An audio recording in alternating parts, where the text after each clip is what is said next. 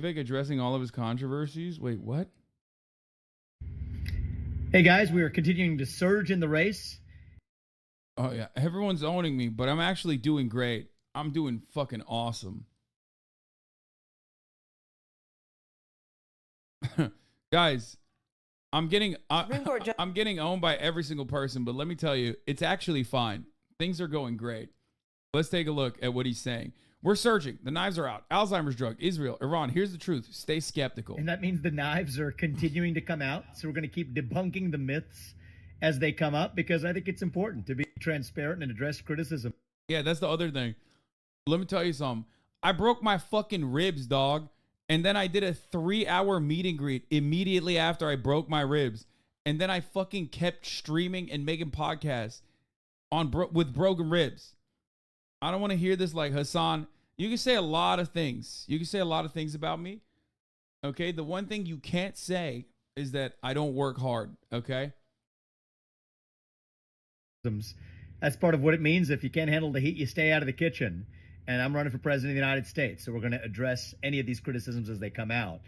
A couple of the favorites from the last couple of days. One is this funny, relatively old, hackneyed one that they're pulling back out that I somehow made a lot of money off of some failed Alzheimer's drug. Wrong. Actually, you know what is true is I did develop a drug for Alzheimer's disease. And like 99.7% of drugs that have ever been tested for Alzheimer's, thousands of other drugs, mine was one of the many that also didn't work. That's just a fact of life. If you're developing medicines, some of them aren't going to work. And in the area of Alzheimer's disease, almost none of them work. Now, the mythology is somehow that I made money off this failure. That's wrong. My company, Roivant, set up a subsidiary, Axovant, that Roivant could have sold shares in, that I could have sold shares in before that failure. We didn't. In fact, many people would call that honorable. That was extremely painful to me when that drug failed. So how did I make my money then? Well, it turns out that I worked on a number of other medicines, 5 of which are FDA approved today. One for prostate cancer, another for endometriosis and uterine fibroids, another for psoriasis, another for overactive bladder, another for a rare genetic condition in kids, where 20 kids a year are. What car is he inside of? Is that like a Escalade and he's in the second row or something? Because it doesn't look like he's in the driver's seat because there's a middle seat there. Like, what's he in? He looks like he's in one of those like big ass SUVs, right? He should have developed a cure for being a fucking nerd, Lamau, am I right? Yeah.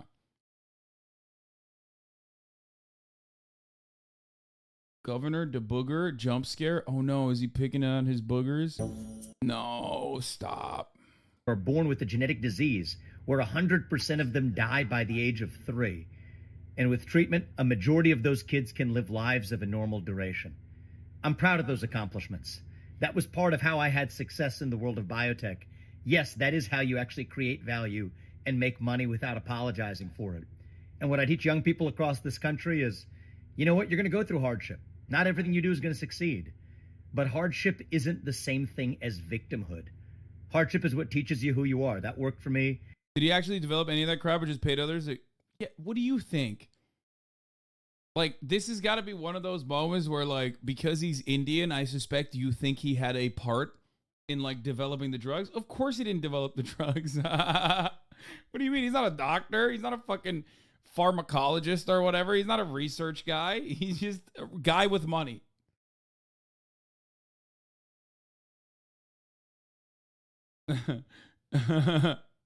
He's as much a scientist as Elon Musk is an astronaut, okay?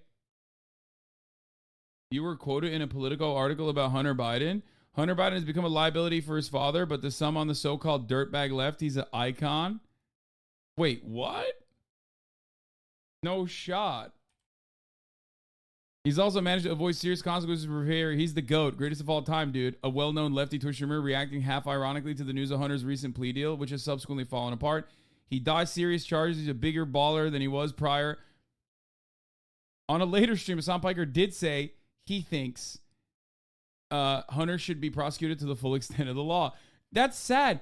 They should have actually mentioned the fact that my actual banger on Hunter Biden is that Republicans want to throw the book at him. Republicans want to throw the book at him for the crimes that they commit. Okay? Gun charges, tax evasion. Okay? Like, these are Republican crimes. I think that's a better quote. I don't think they clip chimp me. It's fine. I do think he's the GOAT. I don't have an issue with this at all.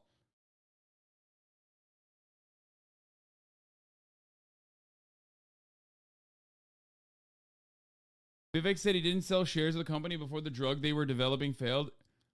Isn't that just insider trading? Wouldn't he deserve praise for that? Yeah, I mean, but it's pretty sick that he didn't do that. You know what I mean? He's like, I didn't do a rug pull on my own fucking failed pharmaceutical. But he did actually make 40 million, it seems, when he was peaking. The thing is, they just keep ripping into him, and not in ways that they like ripped into Trump. And his background is worse than Donald Trump's because he was a big pharma guy. And not only abandoning kids. Oh, that's the other one. Yeah, abandoning your child. That's another big fucking Republican thing. This might be the most stacked gaming contest ever. And E-Rob, I was robbed. I was not asked to...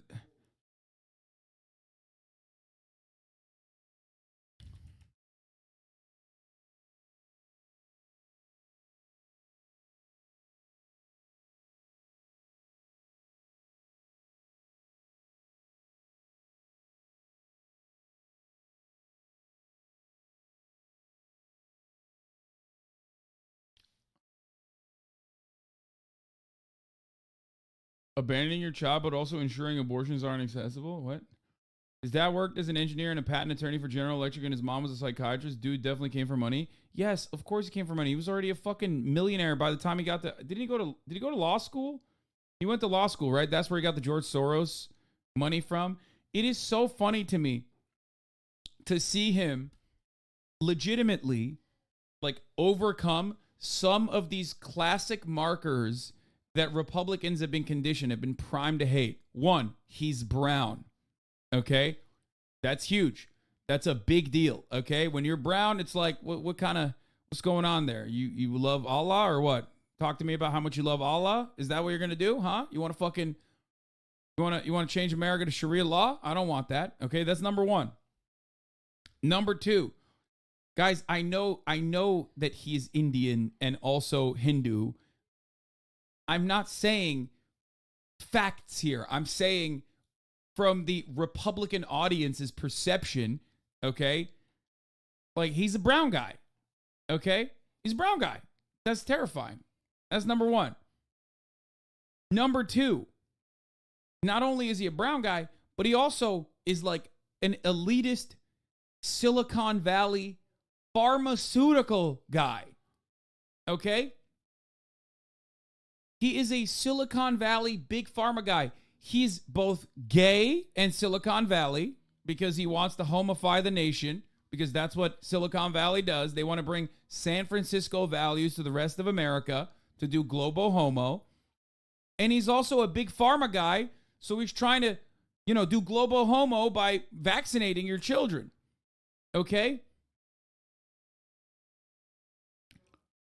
And not only that, but he's quite literally, one, worked with the World Economic Forum until like a fucking week ago. And no, he's not gay. He's not actually gay. I'm saying like he's gay, brother. Like that kind of like globo homo. Okay. And he's gotten a Soros sponsorship. It's fucking wild to me that he is able to skirt along while having all of these things that would tank a Republican's candidate, as long as he says, I love Trump's dick. Give me the dick. I will ride it. I'll blow bubbles on that shit. I'll do tricks on it. I'll do backflips on that dick. And then people are like, you know what? I don't really care about the globo homo shit. You know what I mean? It's fine. I didn't hear about it. I don't have an issue with it. Okay? That's what's kind of interesting to me. That's what's kind of interesting to me is that like all of these different aspects of Ramaswamy's background that would normally make him toxic to the conservative primary base of support can be avoided if you ride Trump's dick hard enough, which he is doing. Now, having said that, there's obviously a ceiling to how high he can fly. And now, the more conspiratorial machine in the right and even mainstream right is coming after him. Now, what he could do in that situation is he could basically come across, if he was telegenic, if he was charismatic, he could counter all of those attacks, right? He could counter all of those attacks in a charismatic way and maybe even keep getting more attention from the audience of the voters and the base of support in the Republican primaries. The problem is the worst quality that Vivek Ramaswamy has is that he is a gigantic fucking nerd. He is Indian Blake Masters. I've said this a bunch of times and I will repeat it over and over again. He is less school shooty for sure. Like Blake Masters is just like the prototype of a school shooter, right? Who luckily didn't shoot up any of his schools when he was growing up, but now he wants to shoot up Congress maybe. Vivek Ramaswamy, on the other hand, is still the very same like smarmy, annoying, entitled, I went to fucking Harvard style nerd that Blake Masters was. These guys have read too many books for their own good. Okay? A lot of people are saying he's Indian Mayor Pete. I don't think he's that much. I don't think a comparison to Mayor Pete is as apt. I get where you're coming from, though. I see that. I understand where you're coming from.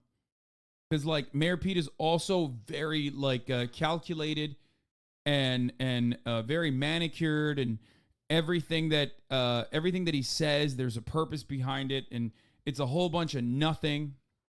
But I think a big difference between him and Mayo Pete is that Mayo Pete doesn't really say anything, whereas Ramaswamy says things all the time. Okay? And remember, these are two different primary audiences that you're tailoring your message towards. There is no hero worship that will elevate you in the Democratic Party. Like, you can't just be like, I love Obama. I want to fucking suck Obama's dick. Obama is the best. I want to be Obama. I'm gay Obama. In the same way that, like, Vivek can do that for Trump. You know what I mean? As much as libs love hero worship, they do not respond as positively to just, like, straight up being like, I would defend Barack Obama to the death. Right? So, speaking of Obama, Obama is gay Obama. We're going to talk about that in a second. I love that story. So, the right-wing base doesn't trust intellectuals. They love Trump because he was rich, but also personally dumb. Exactly. Trump has the charisma of a guy who kind of resembles the everyman, like what they would do if they had a lot of money. Make no mistake, a rich guy that I love coming into the HasanAbi broadcast and hearing rehashed versions of all the Chapo episodes I've already listened to. So what you're saying is you listened to last night's Chapo. First of all, I didn't. But secondly, I love when I hear fucking smarmy dickheads who say this because, one, I'm friends with them. We talk all the time. We also agree on a lot of shit. And three, just don't fucking watch. Every single thing that I've said about Vivek Ramaswamy, I have said since he popped off. I love when you come in here and you're like, I'm Felix's bravest reply guy. So I think you're probably repeating what he's saying, which is ironic because if you were in here a week ago, 2 weeks ago, 3 weeks ago, you would have heard me say these exact same things. I'm just recapping and summarizing my thoughts.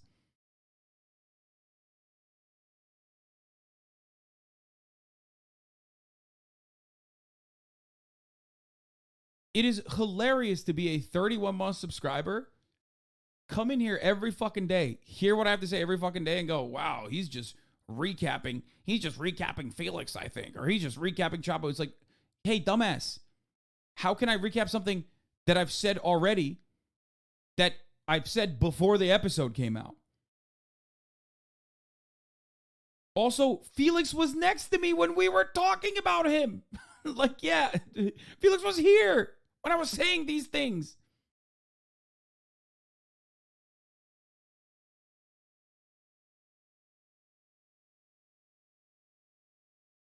It's like guy who only watches one podcast. Wow, this leftist commentary sure resembles Chapo.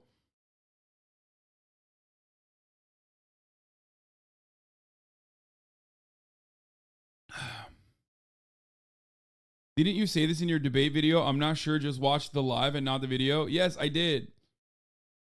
I said pretty much identical things during my analysis of the debate as well. Anyway. So, where the fuck were we? Hold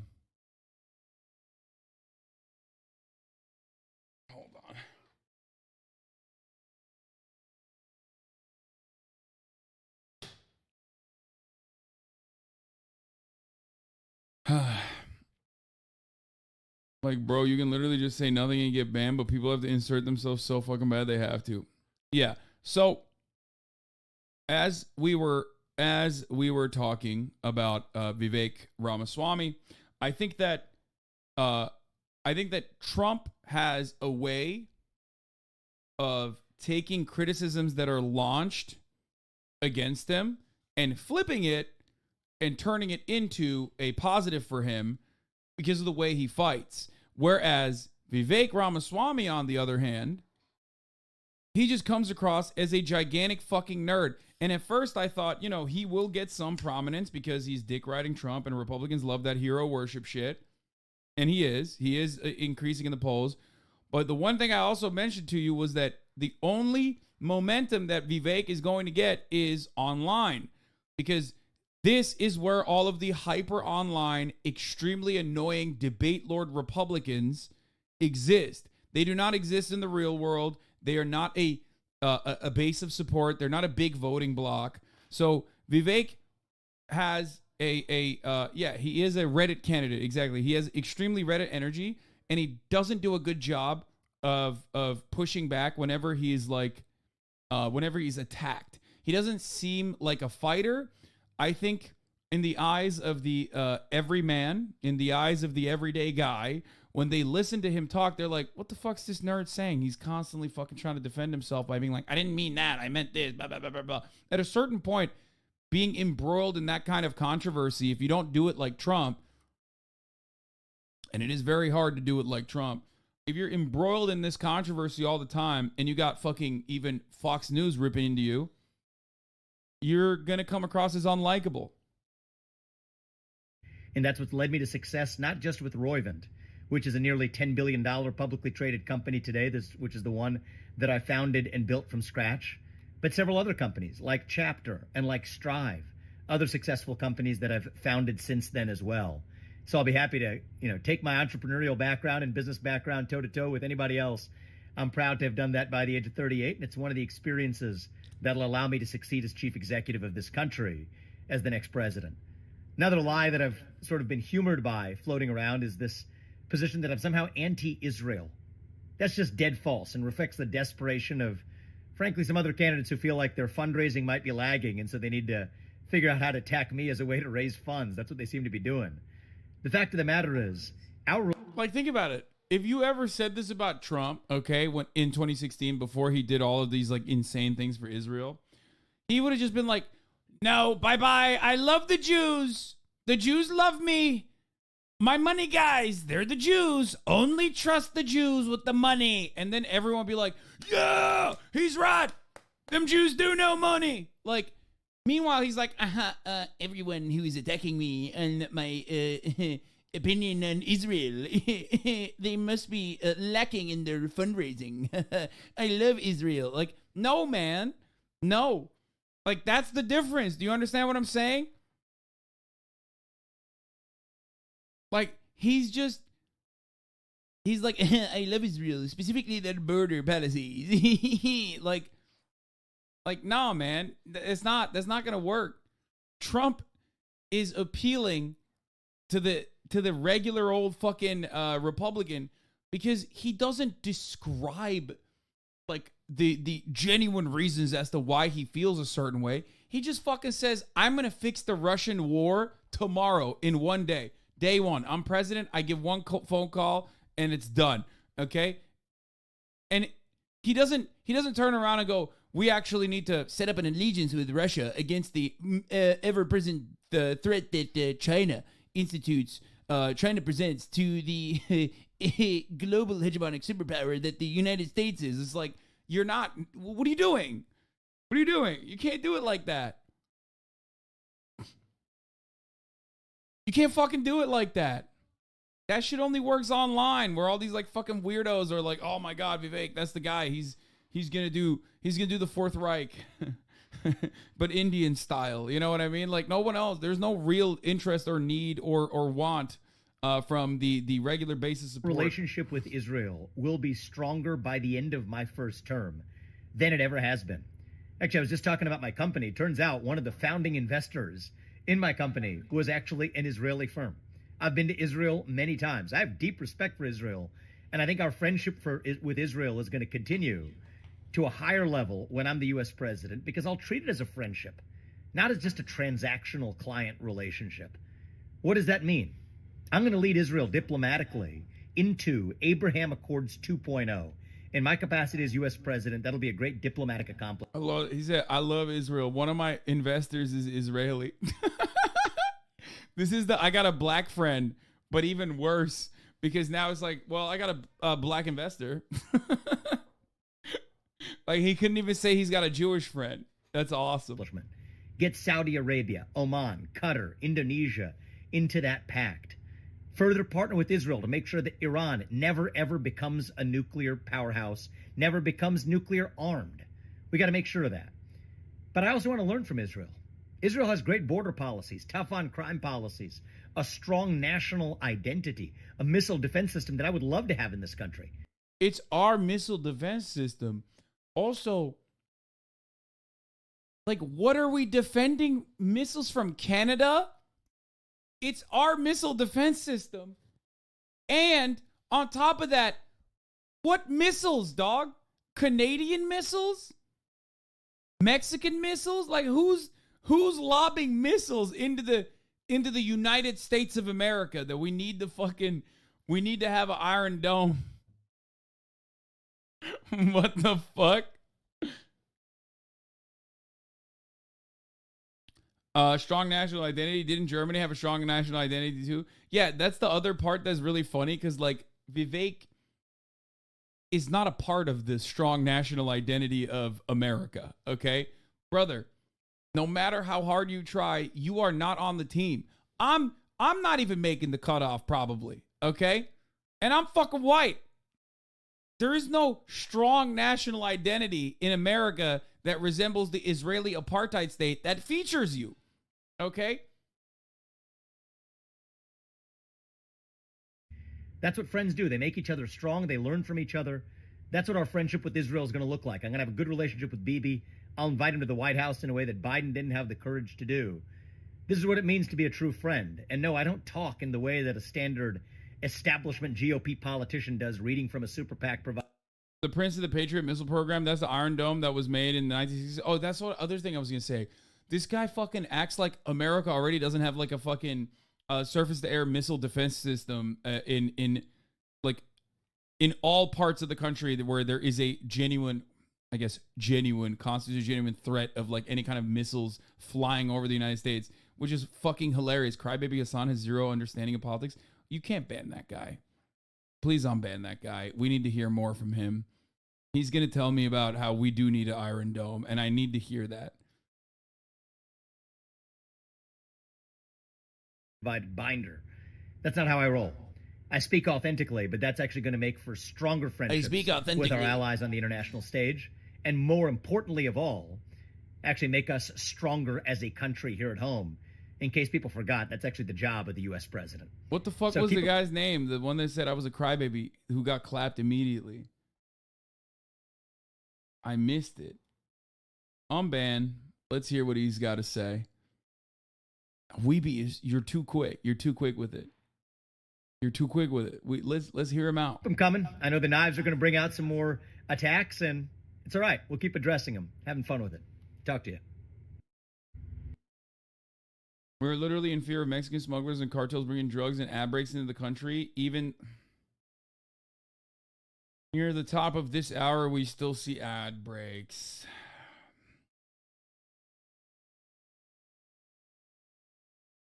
I don't like that. I don't like when my first ad break segue is just taken from me, okay? That's the first one. You got to let me have that, dog. That's the first fucking one of the day. How are you going to fucking steal that from me?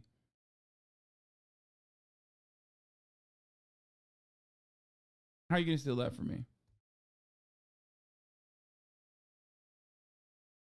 It's also September. First of the day, first of the month. It's September.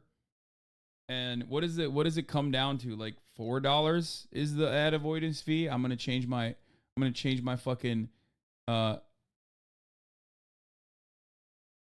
what is Soccer Gore, thank you for the 10 gifted subs.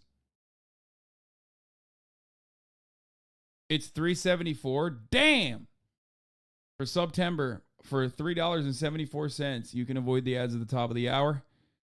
Or you can get a free one in the form of a Twitch Prime by connecting your Amazon Prime account to your Twitch account, where you get one free Prime subscription a month.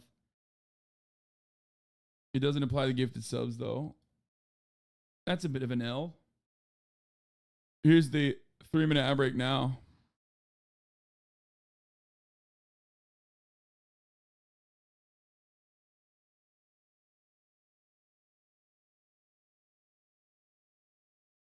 All right, let's hear how we got cooked again. Contorted. So I think you have to understand the status quo. This is clearly another instance where we've seen you embrace the former president. He's obviously also stepping up and showing some support for you. A young, interesting candidate he's referring to you as. If you were to continue to climb in the polls, he could be a competitor for you on the GOP primary stage. How do you differentiate yourself? We know your similarities. Where do you differentiate yourself with the former president, Donald Trump? I'm 38 years old. I have fresh legs. We are reaching the next generation of young Americans. That is why I can win this election in a landslide in a way that no other candidate can. Look at the way we're running this campaign. I've gone to the inner city of Chicago, Kensington in the middle of Philadelphia, places where traditional Republican candidates dare not touch. We're leaving no state left behind, no city left behind, no American left behind. Already building a multi-ethnic working class coalition. And I think this cannot be a 50.1 election. I think this has to be a landslide moral mandate, like Ronald Reagan delivered in 1980. That's what I'm aiming to do in 2024. Based on the question, does that mean you're directly aligned with his policies? I didn't hear a difference other than age. You know, we have some of our areas of... Mal, felt, thank you for the 5 gift. Efendim anne. Evet. Differences, but they are small. By and large, we're the two America First candidates in this race. Everybody else embraces the neocon foreign policy view. So I think we're... Yeah, I love the idea that like his big differential from the rest of the Republicans running is that he's not embracing neocon foreign policy, which like Trump didn't, right? Or at least when he was speaking about wars or whatever, he came across as like much more reasonable, something that you hadn't really heard from Republicans ever before, which was George W. Bush is wrong, and the Iraq war was bullshit, and it should have never happened, and Hillary Clinton is a fucking warmonger, I will be a peaceful dove. So that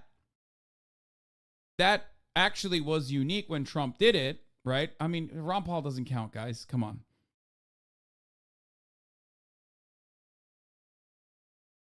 That doesn't count. I don't think you ran the ad. I did. I don't know why it didn't actually show, but I did run it.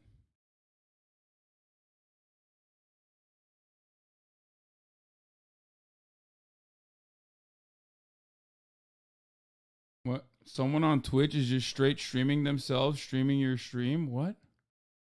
I don't care.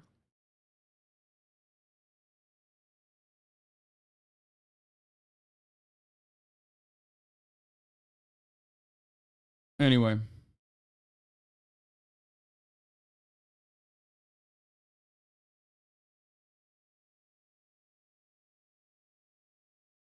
That's Dr. Ron Paul to you? Yeah, true. Sorry. Dr. Ron Paul. Okay, so I like how he called the other Republicans neocons instead of rhinos. Yeah, even rhino versus neocon is like a better take. He is, again, too articulate. He is too nerdy. The idea that he's like not a neocon, I don't know how well that plays. I don't know how well like just say that you just got to do Trump. I don't know. You just have to do Trump. You're like, oh yeah, the Iraq war was bullshit. Joe Biden is being too much of a warmonger still or something. I don't know. Deeply aligned on policy 90+% of the way. There are some small differences. I would rescind affirmative action. I would militarize the southern border instead of just building the wall. I would shut down the U.S. Department of Education, not just put a good person, Betsy DeVos, on top to reform it. Those are details. But the main difference is I will be able to unite this country by leading the next generation of Americans to a vision of what it means to be an American. Revive national pride in that next generation where it is lacking. Like neither of them are feeling it. You know what I mean? Neither of them are on board with this. Like they don't even disagree with those policy points. You know what I mean? I think at this point, the Republican Party is straight up like, we want to put bombs inside of the Department of Education and blow it up. I think we have an opportunity to reunite this country around our shared ideals. And that will allow me to take the America First agenda even further than Donald Trump did by building on what I think is a very good foundation that he laid. And so the fact that I'm not running against him, that doesn't mean anything. I'm running for this country. And that's the way I'm going to lead us to national unity. That's my... Yeah.